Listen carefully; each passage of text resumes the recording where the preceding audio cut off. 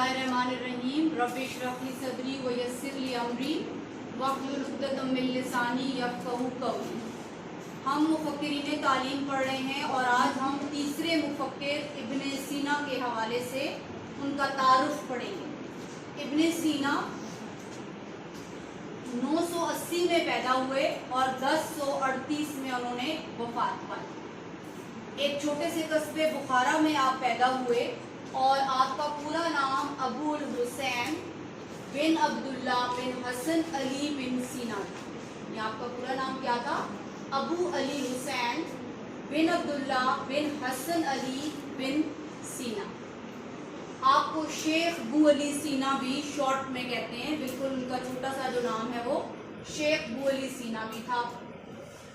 इब्न सीना ने 10 साल की उम्र में कुरान पाक हिफ्ज़ कर लिया था और मोस्ट ऑफ द टाइम जिन सब्जेक्ट्स के हवाले से आपको इंटरेस्ट रहा है, जिन सब्जेक्ट्स के ऊपर में आपने सबसे ज़्यादा काम किया, उनमें तसव्वुफ़, तबियात, फल्कियात, रियाजी, मौसीकी, माबाद तिबियात है।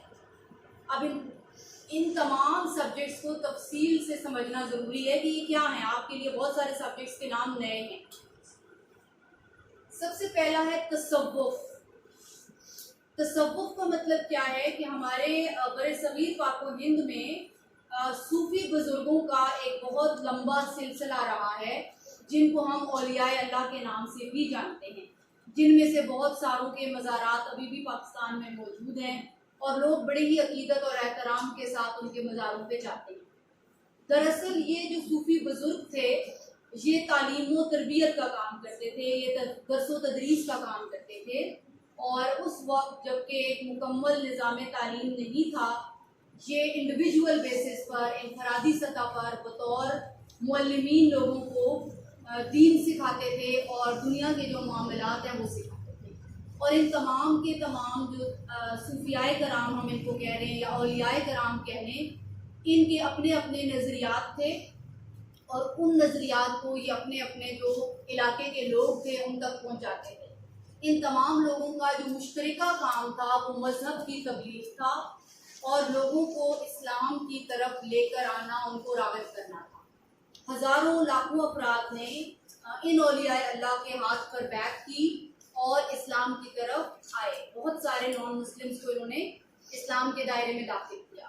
तो ये हमारी तारीख़ में तालीम के हवाले से बहुत इम्पोर्टेंट लोग थे।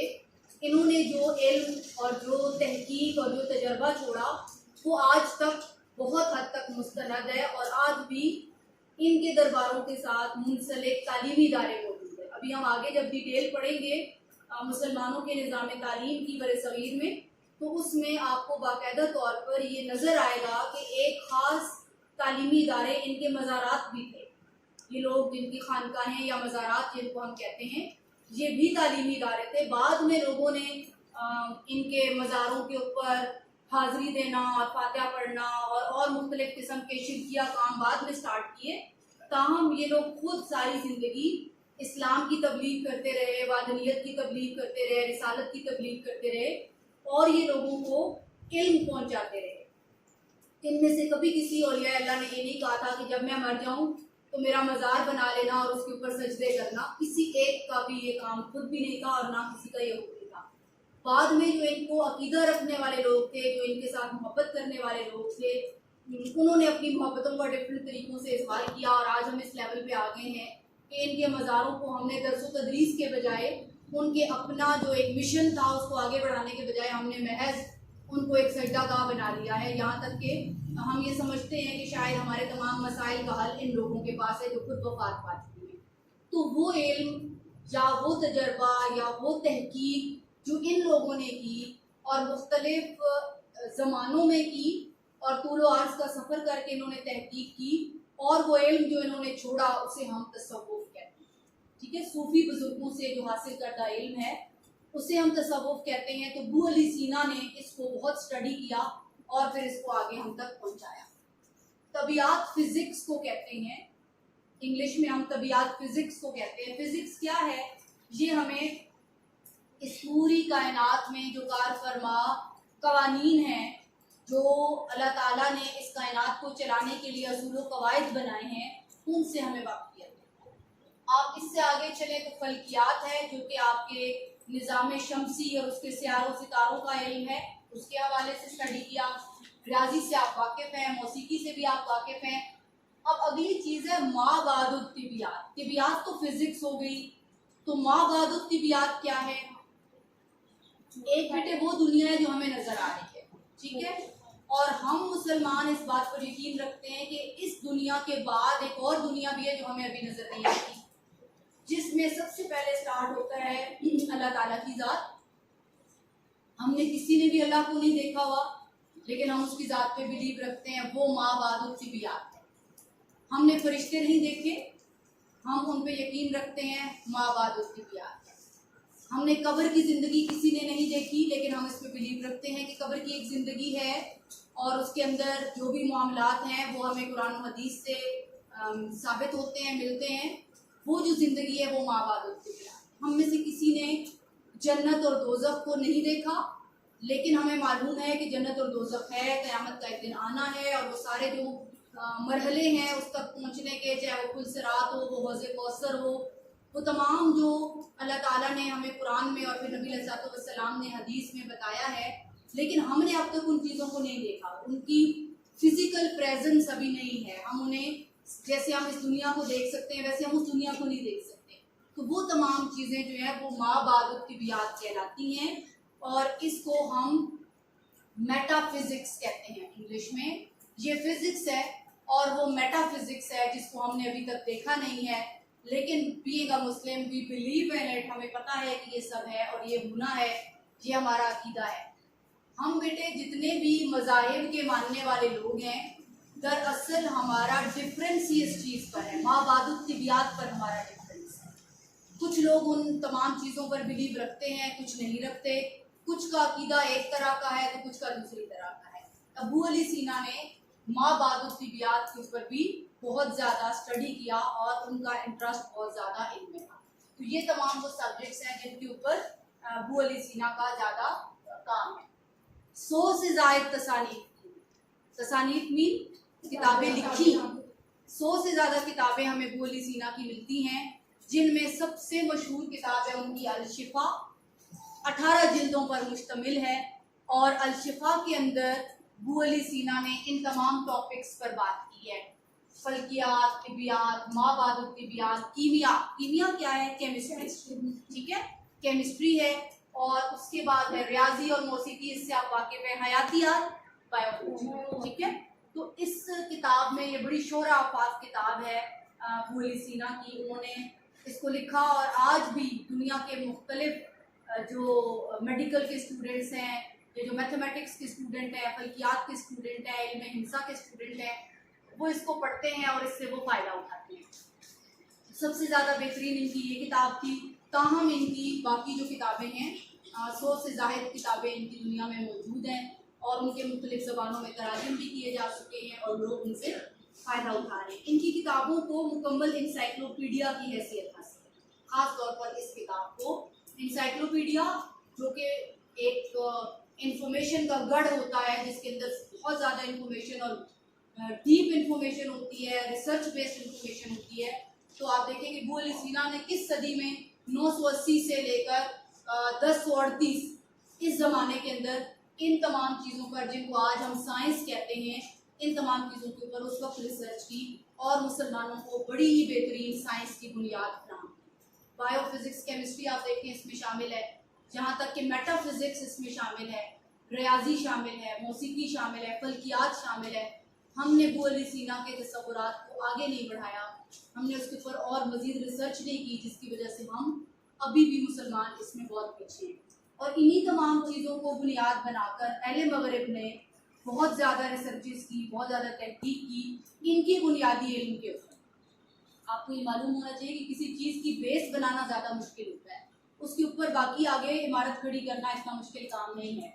हमें बेस बनाकर दे दी हमारे मुफक्किरीन ने, लेकिन हमने उसके ऊपर आगे काम नहीं किया, हम उसके ऊपर इमारत खड़ी करने में नाकाम रहे। और इन्हीं की बुनियाद को अहले मगरिब अपने साथ ले जाकर उन्होंने बहुत ज़्यादा तहकीक करके एक बड़ी इमारत कायम कर ली, लिहाजा आज वो हमसे आगे हैं। किसी भी कौम के आगे जाने या तरक्की करने का सिर्फ वाहिद सबब होता है तालीम और तहकीक।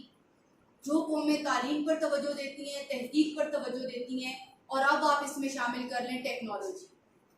जो कौमें टेक्नोलॉजी का इस्तेमाल नहीं कर रही या टेक्नोलॉजी के इस्तेमाल में अभी भी हिचकिचाहट का शिकार हैं, तो वो आगे नहीं बढ़ रही। सो अबू अली सीना ने बड़ी मेहनत की, हमने उनकी मेहनत के ऊपर आगे अपने आप को खड़ा नहीं किया, जिसकी वजह से इनके एक्सपीरियंस से फ़ायदा अहले मगरिब ने उठाया और वो आज हमसे आगे। अब हम देखते हैं बेटा कि इनके फ़लसफियाना नज़रियात क्या थे। आपको याद है फ़लसफियाना नज़रियात में हम क्या तीन चीज़ें पढ़ते हैं?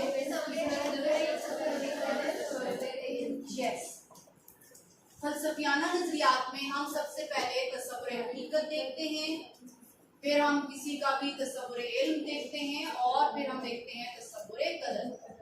अब हम देखते हैं कि अबू अली सीना अल्लाह के बारे में, इस कायनात के बारे में और इंसान के बारे में क्या ख्यालात रखते थे। अबू अली सीना के तसव्वुर हकीकत के मुताबिक कायनात की सबसे बड़ी हकीकत अल्लाह ताला की ज़ात है। अल्लाह ताला एक है और मुनफरिद है, यानी वो वाहिद है और उसके जैसा और कोई नहीं है। वो अबदी व दायम है, यानी हमेशा से है और हमेशा कायम रहेगा। अल्लाह की ज़ात इल्म व इरफान का अव्वलीन सरचश्मा है। अल्लाह ताला हर चीज़ का इल्म रखता है और वो कादिर मुतलक है, यानी तमाम की तमाम दुनिया की मखलूक़ात और चीज़ें उसके कंट्रोल में हैं। वो इस कायनात को पैदा करने वाला है और इस कायनात में इक़्तिदार आला का मालिक है। इक़्तिदार आला का मतलब क्या है कि उसी के हुक्म से इस दुनिया में हर काम होता है। इनका भी तसव्वुर हकीकत इमाम गज़ाली और इब्न खुल्दून जैसा है। उन्होंने भी यही सब कहा था कि अल्लाह ताला ही वाहिद है, वो कादिर मुतलक है, उसकी हर चीज़ पे कंट्रोल है। इंसान उसके आगे एक जिसे ताबे है, इंसान कायनात भी अल्लाह ताला के ताबे है। तो बतौर मुस्लिम इन सब का तसव्वुर हकीकत एक जैसा है, सेम। अच्छा, तसव्वुर इल्म की अगर हम बात करें तो इमाम गज़ाली और इब्न खुल्दून ने वही के इल्म को कहा था कि मुस्तनद तरीन ज़रिया इल्म है। इब्न खुल्दून ने उसे इल्म मार्फत कहा और इमाम गज़ाली ने उसको वही का इल्म कहा। अब हम देखते हैं कि इब्न सीना का जो तसव्वुर इल्म है वो क्या है। इब्न सीना के नज़दीक अक्ल और इस्तदलाल इल्म के हसूल का सही ज़रिया है। अक्ल और इस्तदलाल, यानी इंसान अपनी अक्ल से जो इल्म तलाश करता है और फिर दलाइल देकर उस इल्म को दुरुस्त साबित करता है। अब उसने दलाइल किस हक में देने हैं कि ये जो इल्म है ये अल्लाह के दिए हुए इल्म के साथ मैच करता है। जो चीज़ हमने अपनी अक्ल से तलाश की, अपनी तहकीक के ज़रिए हमने नया इल्म सामने हम लेकर आए। आप देखिए अबू अली सीना ने ये सारे उलूम अपनी अक्ल के ज़रिए तलाश किए, लेकिन उसके साथ उन्होंने कहा है इस्तदलाल। इस्तदलाल क्या है? दलाइल देकर अपने इल्म को, अपनी तहकीक को दुरुस्त साबित करना। और आपने दलाइल किस तरह से देने हैं? कुरान और सुन्नत की रोशनी में देने हैं, ताकि वो इल्म फिर आप अपने बच्चों के नफ्स मजमून में या निसाब में शामिल कर सकें। उनके ख्याल में अक्ल ही हवासे खमसा से ज़रिए हासिल करदा मालूमात को इल्म की मुनज़्ज़म सूरत में पेश करती है। ये कहते हैं कि हवासे खमसा से जो इल्म आप हासिल करते हैं, अगर आप अक्ल और इस्तदलाल का इस्तेमाल ना करें तो वो ऑर्गेनाइज्ड नहीं होगा, वो मुनज़्ज़म इल्म नहीं होगा। यानी आपने जो देखा, जो आपने सुना, जो आपने महसूस किया, वो इल्म नहीं हो सकता जब तक कि आप अपनी अक्ल का इस्तेमाल करते हुए उसको ऑर्गेनाइज नहीं करते और तहकीक करते हुए आप उसको एक चेन नहीं बनाते इल्म की, तब तक जाकर आप हवासे खमसा के जरिए हासिल करदा इल्म पर यकीन नहीं कर सकते। अगर हम इनके तसव्वुर कदर की बात करें तो इब्ने सीना का तसव्वुर कदर क्या है? अल्लाह की अताअत। इमाम गज़ाली और इब्ने खुल्दून का क्या था? इमाम गज़ाली ने किस चीज़ को सबसे बड़ी कदर कहा था? इल्म को। और इब्ने खुल्दून ने सबसे बड़ी कदर किस चीज़ को कहा था? रज़ा इलाही के हसूल को। और आप देखिए कि इब्ने सीना किसको सबसे बड़ी कदर कह रहे हैं? कि आप अल्लाह के ताबे हो जाए। बात तो एक ही है, आप अल्लाह इल्म हासिल करेंगे, आपको अल्लाह के बारे में पता चलेगा, आप अल्लाह के ताबे फरमा बरदार हो जाएंगे तो आपको रज़ा इलाही हासिल हो जाएगी। तो इन्होंने कहा कि सबसे बड़ी इंसान की कदर ये है कि वो ये महसूस करे कि वो अल्लाह ताला के ताबे है, वो फरमा बरदार है अल्लाह ताला का, और उसकी अपनी ज़ाती जो पसंद और नापसंद है उसमें वो आज़ाद नहीं है। वो ज़िंदगी में जो भी सिलेक्शन करेगा, जो भी चॉइसेस करेगा, उसमें वो आज़ाद नहीं है, बल्कि वो अल्लाह के हुक्म के ताबे है। इसके बाद उन्होंने कहा कि सादत का असूल यानी नेकी का जो असूल है वो इंसान के लिए मरकजी हैसियत रखता है। यानी इंसान को ज़िंदगी में सबसे ज़्यादा मेहनत किस चीज़ पर करनी चाहिए कि वो नेकी को हासिल कर ले, वो किसी तरह से नेक अमल करना शुरू कर दे। और नेक अमल करने के लिए उन्होंने क्या कहा कि अपने नफ्स को मादियत से पाक करें। मादियत क्या है?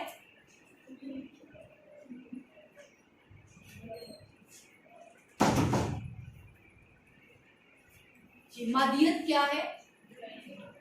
इस दुनिया की लालच, रुपए पैसे की लालच, दौलत की लालच, मादी चीजें जिनको आप देख सकते हैं जैसे जायदाद है, करेंसी है, बड़ी बड़ी कीमती चीजें हैं, उन तमाम चीजों को हम कहते हैं मादी चीजें।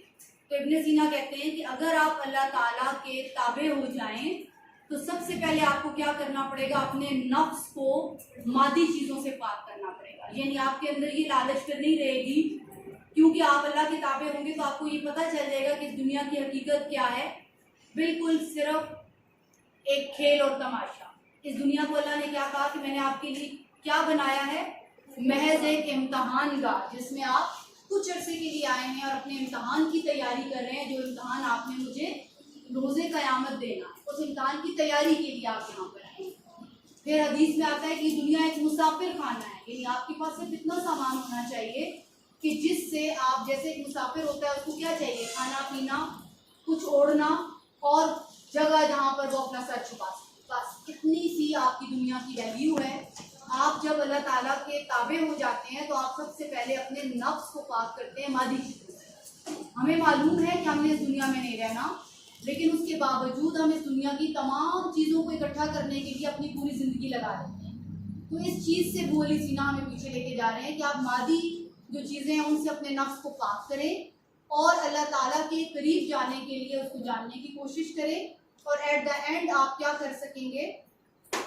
जो अहकामात उसने आपको दिए हैं उन अहकामात की पाबंदी करते हुए आप उस लेवल पे पहुंच जाएंगे कि आपको सादत हासिल हो जाए, ये नेकी हासिल हो जाए और आप अल्लाह ताला के करीब जा सकें। तो ये इनका जो फलसफियाना नज़रिया है। तसव्वुर हकीकत में उन्होंने क्या कहा?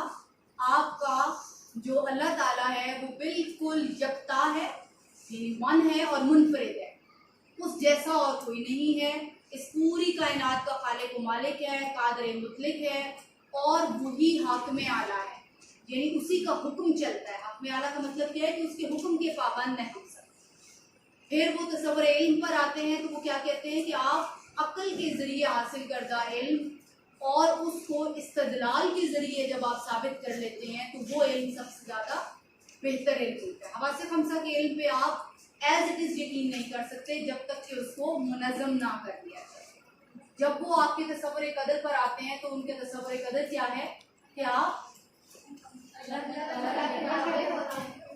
अल्लाह के ताबे हो जाएं, अपने आप को मादी अलाइशों से पाक कर लें, अपने नफ्स को आप अल्लाह ताला की रज़ा के लिए तैयार कर लें और आप अल्लाह के अहकामात पर अमल करते हुए एट द एंड कहाँ पहुँच जाएंगे? उस दर्जे के ऊपर जहाँ पर आपको सादत हासिल हो जाएगी, आप अल्लाह रब्बुल इज़्ज़त के बहुत करीब हो जाएंगे। आप गौर करें स्टूडेंट्स के 3 अब तक हम मुफक्किरीन तालीम पढ़ चुके हैं, ये तीसरा हमारा मुफक्किर है और ज़िंदगी का जो पर्पज़ है, जो ओवरऑल पूरी इस एजुकेशन का पर्पज़ है, 2-4 लफ्ज़ों में वो उसको समो देते हैं। पहली चीज़ क्या कि अल्लाह को माने बगैर आप कुछ भी नहीं कर सकते। दूसरी चीज़, अल्लाह के ताबे होकर आप कुछ हासिल कर सकते हैं। सरकशी करके आप कुछ भी हासिल नहीं कर सकते, क्योंकि आपका जो कंट्रोल है वो अल्लाह के हाथ में है। तो जब तक आप सरकशी करते रहेंगे आप अपनी जो मकासद है उनको भी हासिल नहीं कर सकेंगे।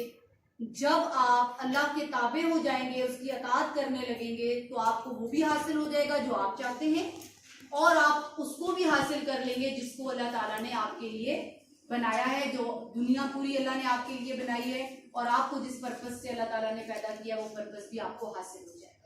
और तीसरी चीज़ क्या बताई कि ये पूरी दुनिया और इसमें मौजूद हर मखलूक आपकी तरह अल्लाह की ताबे है। कोई मखलूक सरकशी नहीं कर सकती। कोई भी मखलूक अल्लाह के कंट्रोल से बाहर नहीं है।